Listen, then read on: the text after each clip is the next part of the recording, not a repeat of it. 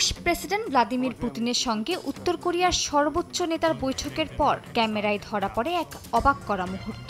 টেলিগ্রামে ছড়িয়ে পড়া ভিডিওটি অনেকের কাছে যেন একেবারে কোনো ক্রাইম মুভির দৃশ্যের মতো।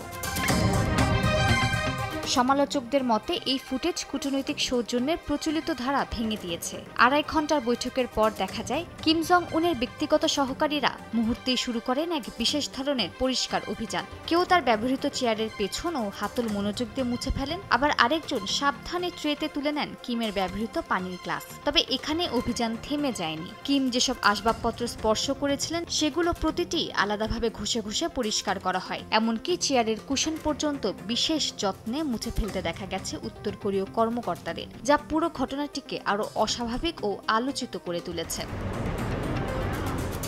এমন সতর্কতা কোনো নতুন ঘটনা নয়। কিম প্রায় সব বিদেশ সফরেই এমন পদক্ষেপ নেন। চীনে দ্বিতীয় বিশ্বযুদ্ধের সমাপ্তির ৮০তম বার্ষিকী উপলক্ষে সামরিক কুচকাওয়াজে যোগ দেন উত্তর কোরিয়ার সর্বোচ্চ নেতা কিম জং উন। সবুজ আর্মার্ড ট্রেনে করে বেইজিংয়ে পৌঁছান তিনি। তবে আলোচনার কেন্দ্রে শুধু তার উপস্থিতি নয়, বরং সেই ট্রেনে থাকা বিশেষ টয়লেট। জাপানি ও দক্ষিণ কোরীয় গোয়েন্দাদের দাবি, কিম এমন ব্যক্তিগত টয়লেট ব্যবহার করেন যাতে কোনো বিদেশি সংস্থা তার বর্জ্য সংগ্রহ করে স্বাস্থ্য বা জেনেটিক তথ্য বের করতে না পারে।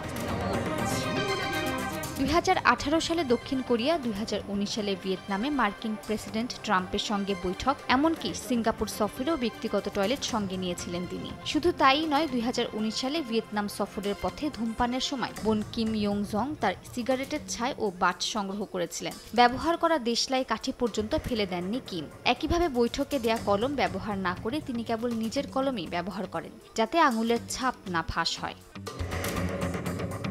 মালিহা সুহরওয়ার্দী, সময় সংবাদ।